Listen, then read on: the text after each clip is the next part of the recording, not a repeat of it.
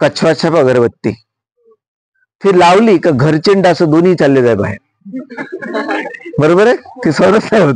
आता नाही होत आपल्याला सण. हा, तुम्ही आता तेच अगरबत्ती लावा, माणसं बाहेर येतात पण मच्छर नाही जात. ते तिथंच फिरते सुगंध घेत. वाव, कसा आहे का, छान आहे, आज छान आहे.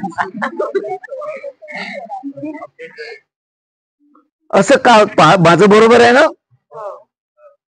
असं का झालं? 5-10 वर्षापूर्वी डासाच्या आधीच्या पूर्वजांना हा धूर विषारी होता, परंतु पुढच्या पिढ्यांनी या विषारी धुराविरुद्ध लढण्याची स्वतःतली क्षमता विकसित केली. याले म्हणते उत्क्रांती. याच पद्धतीनं आपल्या इथं वेगवेगळ्या प्रजाती उत्क्रांत झाल्यात. तुम्ही म्हणाल सर याला आधार काय? एकदम साधा मुद्दा सांगतो तुम्हाला. या आधी जीवापासूनच सगळ्या प्रजाती निर्माण झाल्या. कोणकोणत्या झाल्या पुढे मी तुम्हाला सांगतो, पण तुम्हाला आधार सांगतो त्याचा, काहून असं मानावं लागते. जगातले सगळे प्राणी डोळ्यासमोर आणा. आणले? याले डोळे किती आहे? 2च आहे. 3 डोळे आहेच नाही आपल्या जो. किती आहे? 2. कान 2. तोंड 1. बेसिक स्ट्रक्चर असते आहे. जीवशास्त्राच्या अभ्यासकांना माहित आहे सगळं, आपण त्याच्यात जाणार नाही डिटेल. आपल्याकडे तुम्हाला अजून एक उत्क्रांतीची गंमत सांगतो. आपल्याकडे निळे डोळे, हरे डोळे ते आहे असते ना. 7 ते 10 हजार वर्षापूर्वी माणसाचे कोणाचे डोळे निळे नव्हते. ते पहिल्यांदा महिलांमध्ये आले, नंतर मग जगभरात पसरले. जेनेटिकली काही त्याच्यामध्ये बदल झाले असतील, त्यातनं ते निर्माण झाले. तुम्ही सगळे चांगल्या पद्धतीने ते समजून घेता. आता पुन्हा एक मुद्दा तुमच्या डोळ्यासमोर येईन, डोक्यात येईन. सर सगळं बरोबर आहे, तुम्ही म्हणून राहिले आधी जीवापासून सगळे प्राणी तयार झाले, पण सर मग लोक विचारते आपण म्हणलं का बा उत्क्रांत झालाय, कोणी बनवलं नाही या माणसाले जनावर राहिले, हे उत्क्रांत झाले. तर मग लोक विचारते ना आम्हाला, सांग मग कोंबडी पहिले आली का अंड? मग आपल्याला उत्तर देतो आपण कोंबडी. मग कोंबडी म्हटल्यानंतर पुढचा व्यक्ती आपल्याला म्हणते, जर कोंबडी पहिले आली तर कोंबडी यासाठी अंड कोणी दिलं? मग आपण म्हणतो नाही, अंड पहिले आलं. मग तो व्यक्ती म्हणते, बाबू अंड झाले, कोंबडी कुठून आली? मग असं अंड कोंबडी करत करत आपल्याला जाऊ देणार, दोन्ही वस्तू खायच्या आहे, खाऊन घ्यायच्या आणि लोड काय घ्यायचं. मला आवडते म्हणून तुम्हाला मी सांगत नाही, नाही तर फालतू होणार सर इशारे येऊन राहिले. नाही, असं नाही, मी उदाहरण सांगून राहिलो. आता विज्ञान काय म्हणतं, कोंबडी पहिले आली का अंड पहिले आलं? तर अंड पहिले आलं. कसं?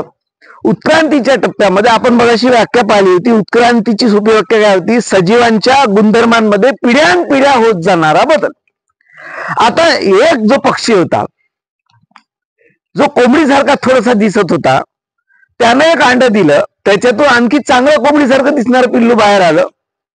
काहीशे वर्षानंतर ही प्रक्रिया सतत सुरू होती, आणखी गुणधर्म काही चेंज होत गेले, आणि मग थोडं आणखी चांगलं कोंबडी दिसणारं पिल्लू जन्माला आला अंड्यातून, त्यानं अंडे दिले. त्याच्या 2-4 पिढ्यानंतर ते पुन्हा बदल सतत सुरू राहिले, आणि एक अंड असं आलं की ते बढियापैकी आजच्या कोंबड्यासारखं दिसणारं पिल्लू बाहेर आलं, आणि या पद्धतीनं कोंबडी जन्माला आली. हे पक्षीवर्गीय आहेत ना, आणि कोंबडीचे वेगवेगळे प्रकार आहेत.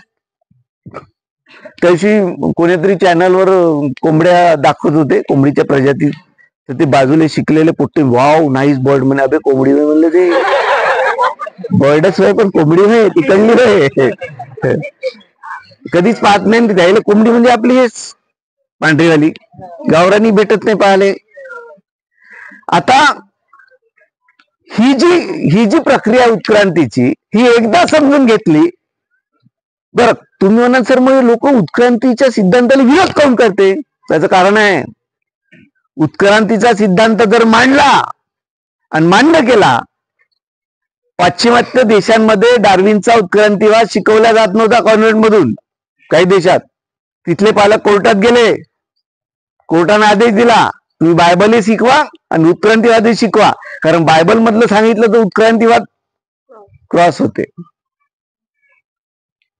कारण बायबल मध्ये सांगितलेल्या गोष्टी उत्क्रांतीवाद डार्विनचा उत्क्रांतीवाद नाकारते. आणि उत्क्रांतीवाद जर मान्य केला तर समता मान्य करावं लागते. आम्ही भारताचे लोक हे मान्य करावं लागते. उत्क्रांती नाकारली का नाकारायची? आम्ही श्रेष्ठ आहोत, तुम्ही कनिष्ठ आहात, हे जर लादाचं असेल तर उत्क्रांतीला नाकाराच लागते. कारण उत्क्रांती समता सांगते, विषमता नाही. काही काही लोकांना एकदम अहंकार, आपलं रक्त प्युअर आहे म्हणते. भाऊ अब कुठं फिल्टर केलं तुम्ही? खायचं प्युअर आहे. मी सांगतो आता ते माणसाचा इतिहास थोडासा, मग तुमच्या लक्षात येईल प्युअर कोण आहे काय. आता सगळ्यात पहिले उत्क्रांती होत असताना अपृष्ठवंशीय प्राणी विकसित झाले. अपृष्ठवंशीय म्हणजे ज्याला पाठीचा कणा नाही, उदाहरणार्थ आपली गोगल गाय. त्यानंतर विकसित झाले पृष्ठवंशीय, ज्याले पाठीचा कणा आहे, उदाहरणार्थ फिश. त्यानंतर विकसित झाले उभयचर. उभयचर म्हणजे जे पाण्यात राहू शकत होते आणि जमिनीवर, उदाहरणार्थ बेडूक आहे, तुम्हाला माहित आहे. यानंतर पक्षीवर्गीय, मग सरपटणारे. आता एक गोष्ट तुम्ही लक्षात ठेवा, हे सगळे अंडे देणारे आहे. याच्यात डायनासोरी आले. आणि सगळ्यात शेवटी विकसित झाले सस्तन प्राणी. सस्तन म्हणजे कोण?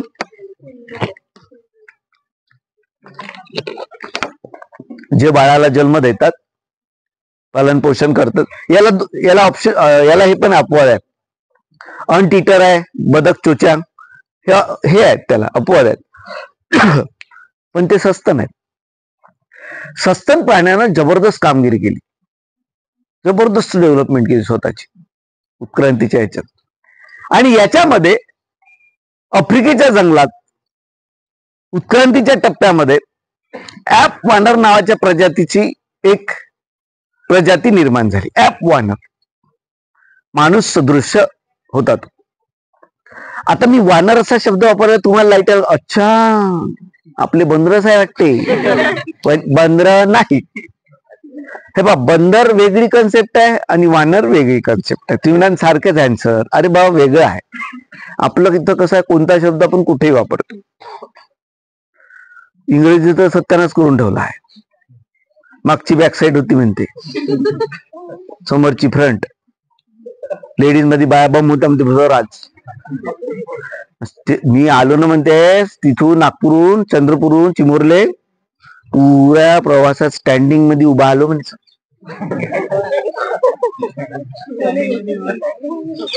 अरे तू लहान असताना तू नाही हा शब्द वापरलाय, पाण्याची वॉटर बॅग. आणि आमचे शिक्षक एक डेंजर शब्द शिकवते पुट्टेले. लक्ष द्या रे, भूमिती शिकवते का नाही? लक्ष द्या, होय लक्ष दे. पेन्सिल कुठे आहे? सेंटरले मधात. पॉइंट घ्या, पॉइंट घ्या. आणि गोल राऊंड फाळा म्हणते. गोल राऊंड एक शब्द खेळताना, क्रिकेट खेळताना पोरं खूप, मला ज्या दिवशी त्याचा अर्थ मी एवढा हसलो होतो. थ्रो मार म्हणते, थ्रो मार, थ्रो फेक. फेकणे म्हणजे थ्रो होते. थ्रो फेक, थ्रो फेक, खायचं थ्रो फेक. तर हे असं आपण, आपलं मराठी डेंजर आहे भाऊ. अरे आम्ही नावं ठेवतो ना, अश्विनी नावाची एक पोरगी आहे इथं, चांगलं नाव आहे ते. ऋषभ आहे का? ऋषभ कुठे आहे रे? नाही ना ऋषभ? कन्फर्म? ऋषभ म्हणजे होते सांड्या.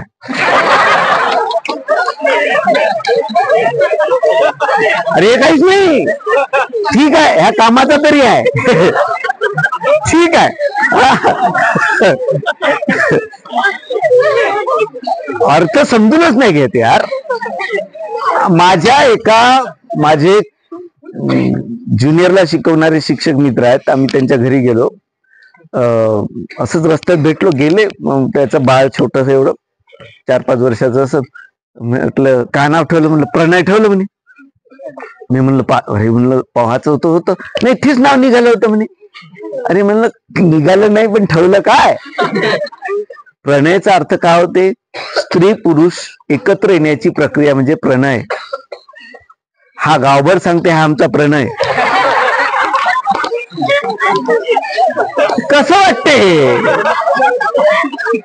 ज्याला समजत नाही त्याचं ठीक आहे, आमचा प्रणय. वा वा.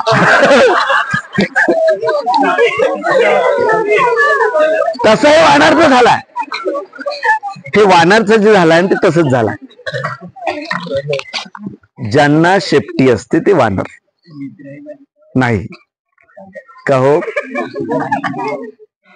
वानर ज्याला कपी असते, वानर म्हणजेच ज्यांना शेपटी नाही, ज्याला आपण कपी सुद्धा म्हणतो. माकड म्हणजे आपले माकडच आहे. तर या प्रक्रियेतून आपले काही सावत्रभाऊ, आतेभाऊ, मामभाऊ जन्माला आले, ते म्हणजे उरांगुटांग, चिंपॅन्झी, गोरिल्ला. परंतु या उत्क्रांतीतून अनेक प्रजाती विकसित झाल्या. आपल्याला तेवढा वेळ नाही. उत्खननामध्ये कधी खोदताना काही प्रजातीचे अवशेष सापडले, त्यानुसार त्यांच्या क्षमतेनुसार, त्याच्याजवळ त्याची शरीरयष्टीनुसार, त्याच्या जवळ सापडलेल्या वस्तूनुसार शास्त्रज्ञांनी त्या प्रजातींना नावं दिल्या. माणसासारखी दिसणारी आणि शस्त्र वापरू शकत होती अशी जी प्रजातीचं उत्खननात सापडलं त्याला नाव ठेवण्यात आलं होमो हॅबिलिस. हॅबिलिसचा अर्थ होते कुशल. त्याच्या जो शस्त्र सापडली, होमो म्हणजे मानव, होमो हॅबिलिस सापडला. त्याच्यापेक्षा आणखी विकसित झालेला एक प्रजाती सापडली, त्याचं नाव ठेवण्यात आलं होमो इरेक्टर. इरेक्टर म्हणजे ताठ करण्याचा माणूस. आणि त्यानंतर वेगळी एक प्रजाती सापडली जर्मनीतल्या निअँडरथल या गावामध्ये. संपूर्ण शरीर बलदाड, चांगलं स्ट्रॉंग.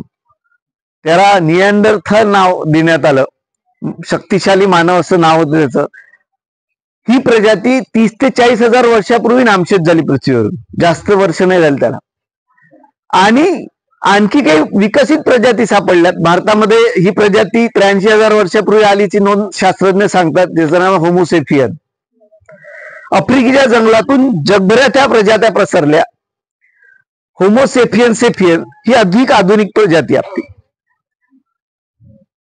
आपण सगळे कोण आहोत? होमोसेफियन सेफियन आहोत. आपल्या जीन्स मध्ये निअँडरथलचे जीन्स आढळतात असं शास्त्रज्ञांचं म्हणणं आहे. कारण हे समकालीन आहेत. 1,00,000 वर्षापूर्वी 3 ते 4 ते 5 प्रजाती माणसाच्या पृथ्वीवर उपस्थित होत्या असं शास्त्रज्ञांचा दावा आहे. आता बघा, साधा प्रश्न मी तुम्हाला विचारतो.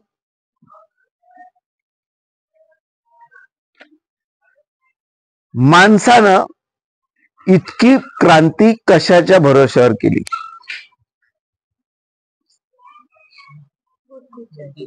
बुद्धीच्या, प्रयोगाच्या. अजून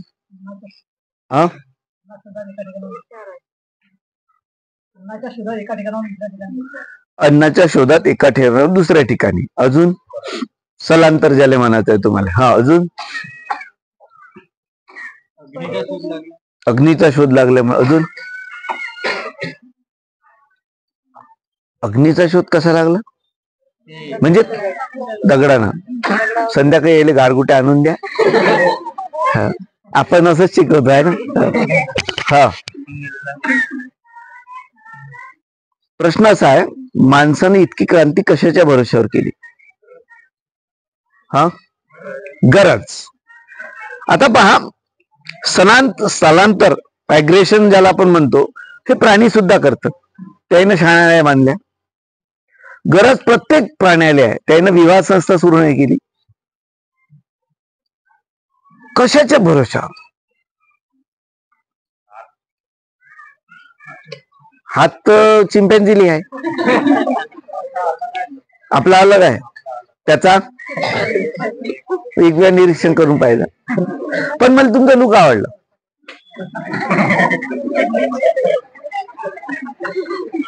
मी मगाशीच नोंद घेतली पण बोलता नाही आला. आता जाहीर बोललो. खरंच मनापासून. काही काही लोकायला नैसर्गिकच राहते लुक. हा, आता बेस असा आहे त्याचा. आपण एक प्रयोग करू थोडसा. अशी कल्पना करा शिबिर संपलाय. शिबिर संपून घरी गेल्यात, बडी आंघोळ केली, जेवण केलं, झोपलेत आणि माझं भाषण ऐकून राहिले, आठवून राहिले तुम्ही. अचानक दरवाजावर धड धड धड धड वाजलं. वाजलं ना, इतकं मस्त रिलॅक्स होता तुम्ही, इच्छा नाहीये, टक टक टक टक धड धड धड धड वाजून राहिलं. इतक्या रागात गेले तुम्ही, दरवाजा उघडलात, पाहते वाघ. पण दिमाग खराब आहे, पूर्ण सरकून आहे, राग प्रचंड आलाय. रागाच्या भरात वाघाच्या कालाखाली सन्न वाजवली.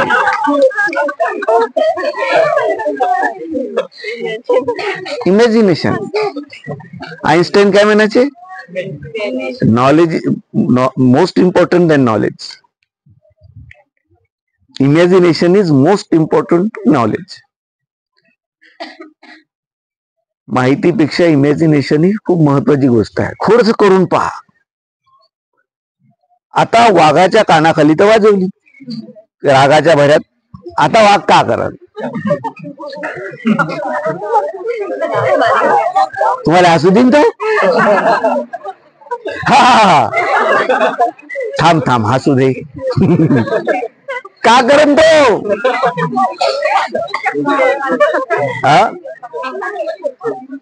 तो पंजा मारल आणि नरडीचं घुट घे. समजा आता हत्ती आला, तसंच त्याने दार वाजवलं, दरवाजा उघडला, सणकन त्याच्या सोंडीने मारलं. हत्ती का करण? धरण आपटन लात मारल. समजा दसरं कुत्रा आलं, तो चावल. अजून मुद्दा बारीक करतो मी. समजा दसरं कोंबडा आलं, त्याने टक टक टक टक केलं, दरवाजा उघडला, का करता? गंधात टाकता नाही सापडत तो. दसरे कोंबडी नाही सापडत जनतेत, आपल्याला अनुभव आहे. तर म्हणजे माझ्या घरी होता म्हणून म्हटलं, बाकी काय त्याचं जनरलायझेशन नाही त्याचं, आपल्या घरचा अनुभव, बाकी काही नाही. तर संशोधन वगैरे त्याच्यावर काही केलं नाही मी. आता बाप, या चारही प्राण्यांजवळ स्वतःच संरक्षण करण्यासाठी नैसर्गिक शस्त्र आहेत. वाघाजवळ दात आहेत, नख आहेत. कुत्र्याजवळ दात आहे, नख आहे. कोंबड्याजवळ नख आहे, चोच आहे. हत्तीजवळ सोंड आहे. पण या चौघाचाही प्रतिकार करण्यासाठी, स्वतःचा बचाव करण्यासाठी आपल्याजवळ काय? शिंग. बघत गोष्टी आहेत, शिंग विंग नाही होती आपल्याला कधी. फालतू दाखवले टीव्हीत. शिंग विंग काही नाही, हे आहे. पण याचा वापर कसा करू शकतो आपण? त्याला धरा लागते पहिले. चालला असा तोडायला होत नाही.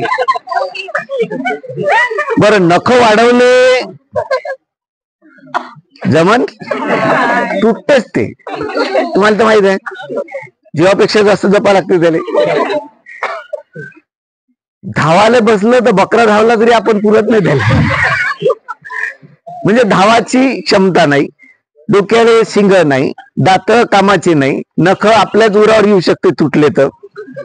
कुठलंच काही नसताना हा माणूस चंद्रावर पाऊल ठेवतो आहे.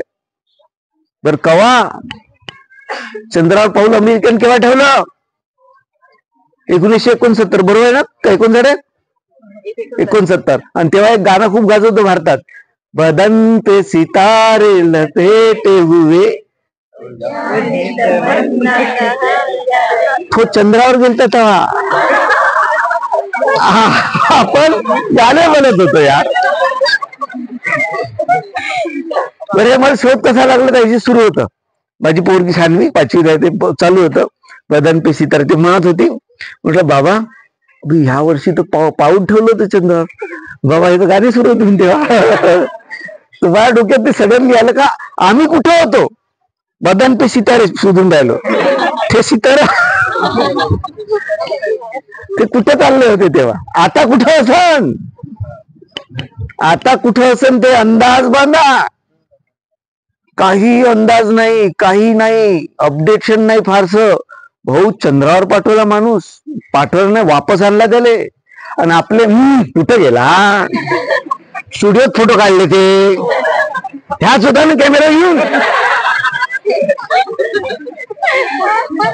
अंगूर खट्टे म्हणते खाली, तसं आहे ते आपलं. आपलं काम कसं आहे तुम्हाला सांगतो. अभिमान आहे मला आपल्या देशाबद्दल, आपल्या शास्त्रज्ञाबद्दल. अमेरिकेने काय केलं, एक स्मॉल स्क्रू बनवला आणि तो जपानला पाठवला. जपानवाल्यानं पाहिलं, एवढा बनवला का रे? ठीक आहे, स्क्रू आहे ना, याने नट बनवला आणि भारताकडे पाठवला. पहा आम्ही काय केलं. यानं काय केलं, मेड इन इंडिया लिहिलं त्याच्यावर.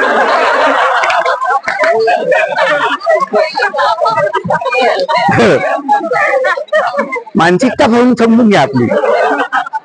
तुम्हाला एक अजून एक किस्सा सांगतो. आपली मानसिकता समजून घ्या. एकदा अमेरिकेत उत्खनन झालं, त्याला का नाही तांब्याचे तारा सापडले. ते शास्त्रज्ञ विचार करायला राहिले की यार एवढ्या पहिले आपल्याकडे तांब्याचे तारा कसे होते. मग त्याने एक सिद्धांत मांडला की याचा अर्थ असा होतो. भारतीयांना सांगितलं की याचा अर्थ असा होतो की आमच्याकडे त्या काळात टेलिफोन होता.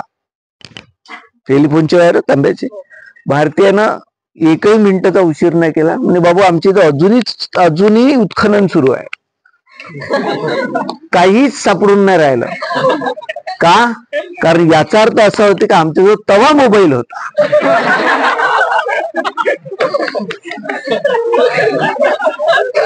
आपले कारण आपल्याजवळ अशी तयार आहे. करणं काही नाही गोष्टीचा पदार्थ. तर आणि हे कुठून तरी घुसडते. या ग्रंथ में लिखा है, वो ग्रंथ में लिखा है, फॉरेन में रिसर्च हो गया. कुठं झालं विचारत सांगता येत नाही. आपल्या संस्कृतीबद्दल 100% अभिमान असला पाहिजे आपल्याला. आपली मूल्य, आपली संस्कृती याच्याबद्दल 100% अभिमान असला पाहिजे आपल्याला. पण ते खरं ना, ओरबाडून काय घेता. हे आपलंच वेळ, हे आपलंच वेळ. एक दिवस ते सगळं म्हणलं बरोबर आपलं सगळं एड्स आहे आपलाच वेळ म्हणलं. काही बोलता तुम्ही. म्हणलं काऊन नाही. पांडुले म्हणलं पांडुराजा साप होता. परस्त्रीशी संबंध आल्यास मरशील तू. पुरावा आहे ऐतिहासिक. माणसं आपल्या इथं वैज्ञानिक दृष्टिकोन नसल्यामुळं. आणि आता तुमच्या लक्षात येईल, हे जे 4 जनावर होते आपल्या घरी आले दरवाजा वाजवाले, या 4ही जणांजवळ मेंदू आहे. हे 4ही प्राणी मायग्रेशन पण करतात. यायला गरजही आहे, पण हे काहीच करू शकले नाही. कधीतरी तुम्ही पाहिलं का चंद्रपूरच्या ताडोबातल्या वाघानं वनमंत्र्यांना निवेदन दिलं, साहेब माझ्या बायको पटत नाही,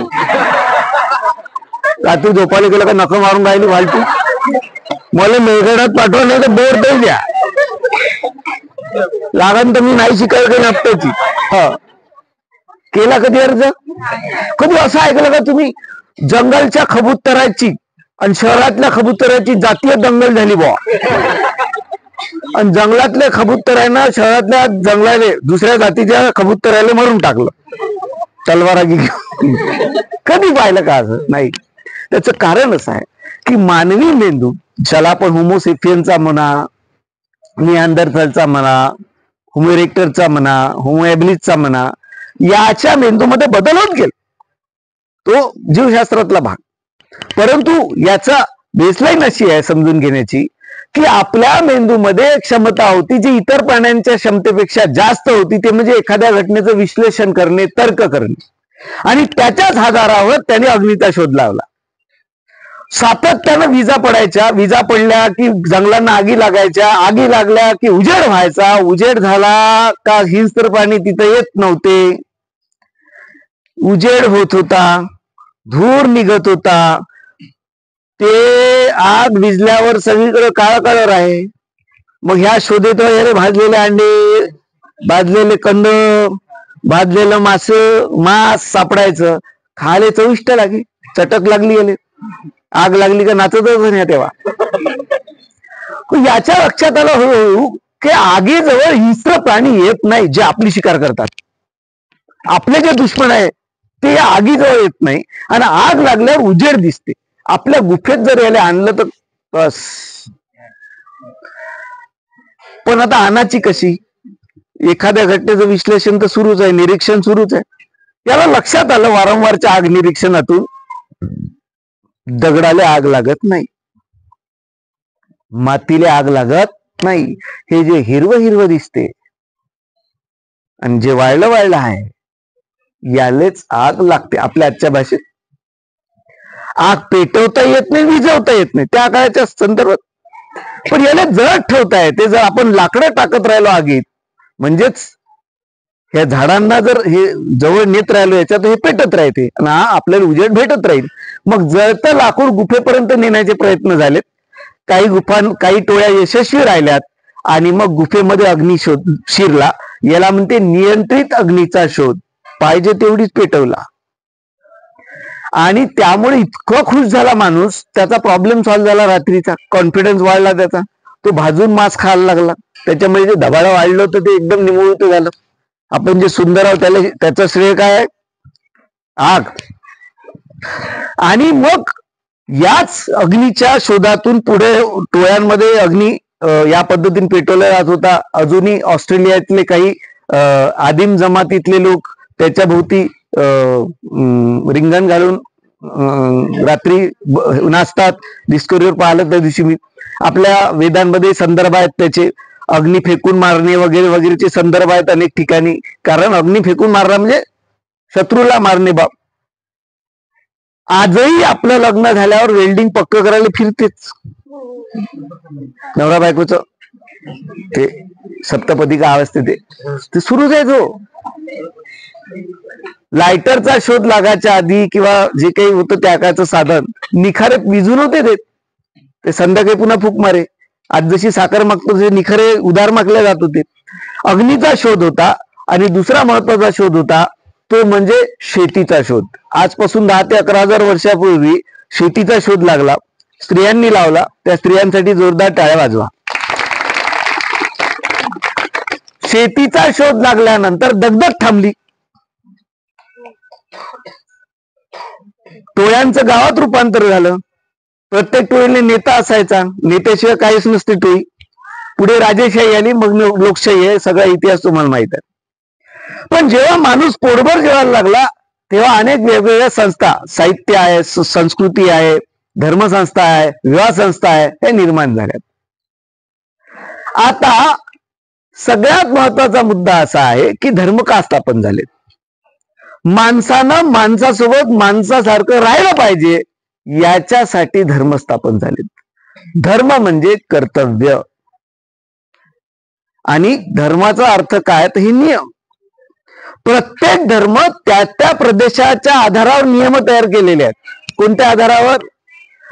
तो धर्म ज्या प्रदेशात जन्माला आला असेल त्या प्रदेशाचे नियम त्याला. आज कोणता दिवस आहे? हा, बरा सापडला दिवस आजचा. येशू ख्रिस्ताचा जन्मदिवस आहे ना? बरोबर आहे ना? मला सांगत जा बरं, मी विचारतो बरेच वेळा. आज ते ट्री करतात ना, क्रिसमस ट्री. इमॅजिन करा, खतरनाक आहे. इमॅजिन करा का येशू चंद्रपूर जिल्ह्यातल्या नागपूर मध्ये जन्माला आला. आता क्रिसमस ट्री कोणतं करता? वडाच झाड का पैसाचं करता? निंबाचंच करावं लागेल. सगळीकडे आढळते ते. क्रिसमस ट्री तिकडला आहे ना, तिथं जन्मला तो. मी बरेचदा एक उदाहरण देत असतो. डॉक्टर बाबासाहेब आंबेडकरांनी ग्रंथ लिहिलाय बुद्धांनी त्यांचा धम्म. तो किती लोकांनी वाचला? हात वर करा. बुद्धांनी त्यांचा धम्म वाचला. ओके, मला पुरावा पाहिजे म्हणून तुम्हाला हात वर कराल. वाचला ना तुम्ही बुद्धांनी त्यांचा धम्म? हा. सगळ्यात आधी गौतम बुद्ध कोणत्या झाडाखाली बसले होते तपस्या करायसाठी? पिंपळाच्या? म्हणजे वडाचं झाड. सगळ्यात पहिले बसले ते वडाच्या झाडाखाली. तपस्या केली प्रश्नाची उत्तर शोधण्यासंदर्भात. त्याच्या लक्षात आलं का अशा पद्धतीने तपस्या करून कुठल्याही प्रश्नाचं उत्तर मिळू शकत नाही. असं मी म्हणत नाही, त्याच्यात लिहून आहे, नाही तर मला ध्यान आडव. आणि मग नियोजनबद्ध पद्धतीने पिंपळ्या झाडाखाली बसलेत ते. आणि मग त्यांना ते मार्ग सापडलेत, तत्वज्ञान सापडलं, प्रश्नाची उत्तरं सापडलीत, कारण सापडलीत अडचणीची. आता समजा तथागत गौतम बुद्ध जर आवळ्याच्या झाडाखाली बसले असते, दाट आवळ्याचं झाड एकदम सावलीवालं मोठं, किंवा निंबाच झाडाखाली घ्या, निंबाच झाड घेऊ आपण चांगलं, आंब्याचं झाड घ्या, शीतलता आहे चांगली. समजा तथागत आंब्याच्या झाडाखाली बसले असते तर परित्रण पाट्याच्या गड्यात आंब्याचे पान ठेवले असते का आपण? नाही ना. मी तुम्हाला आणखी एक उदाहरण देतो. महाशिवरात्रीची यात्रा असते. कुठची? नागद्वार आहे, महादेव आहे. मग दुसऱ्या दिवशी ते घरी पूजा करते. कायचा? काहीतरी करते, म्हणजे डिटेल नाही माहित. आजोबा करे घरी. हा, पण त्याच्यातला महत्वाचा भाग जो तो आपल्याला समजून घ्यायचा आहे, ते मांडव टाकते असा तुराट्याचा. नाही ना, मी आजोबा विचारत तुराट्याचा काऊन नाही, त्याचाच टाका लागते. मी उलटा खोपड्याचा होतो लहानपणापासून. मी प्रत्येक गोष्टीला काऊन असं विचारत राहायचं. याचाच काऊन, त्याचाच टाका लागते. मग नंतर लाईट लागला याचा काऊन टाकते. एक तर त्याला ते जे काटे असते त्याला जे म्हणजे जॉईन करायसाठी बरोबर असते, ते अटकते बरोबर एक. आणि त्यावेळेस तूर निघालेली असते, व्यवस्थित पद्धतीने ते उपलब्ध होते. आंब्याचे पानही तसेच लागले आहेत तोरणाले. आपल्या पूर्वजांना सारे चेक केले असेल पानं. तुम्हाला सांगतो हे परफेक्ट सापडलं. 12 महिने उपलब्ध आहे. खूप सारे मस्त आहे. सिस्टमॅटिक लागते ज्याला करायला. आपण तो अंदाज नाही हेच पाहिजे, हे काऊन पाहिजे ते समजून तर घे थोडसा. तुराटीच्या काड्या काऊन पाहिजे? उपलब्ध आहे, सहज उपलब्ध होते, चांगलं वाटते. जरा असं खूप नुकसानही नाही आहे त्याच्यात तोडलाय तरी. हे आपण अंदाज नाही. आपलं कसं आहे, आपलं हल्याचे मस्तक झाले पुढे. हल्या कोणाच्या घरी आहे मला सांगा. हल्या माहित आहे का? हल्या म्हणजे ऋषभ नाही. प्रॉब्लेम होईल, एकदम चेंज होते बरं. हल्या म्हणजे म्हशीचा नवरा, त्याला हल्या म्हणते. ऍक्च्युली त्याला रेडा असा शब्द आहे, रेडा म्हणतात त्याला रेडा म्हणतो. विदर्भामध्ये त्याला हल्या म्हणते. बरेचदा आपल्या पोराले माय चालला हल्यासारखा असं म्हणतात. सांड्यासारखा इंट, हल्यासारखा इंट, चालला कुत्रे मारायला वगैरे, असे जनरल असते एकदम काहीच काही. हा, आता या पद्धतीनं ज्या वेळेला धर्माने धर्माचे नियम बनलेत, तर त्या त्या परिस्थितीनुसार नियम बनलेत. जसा इस्लाम धर्म आहे. आता धर्म कोणाला म्हणते? त्याला संस्थापक पाहिजे, त्याचा धर्मग्रंथ असते, पुरुषय असते. पुरुषय कशासाठी? धर्मातलं जे काही आहे ते पसरवासाठी.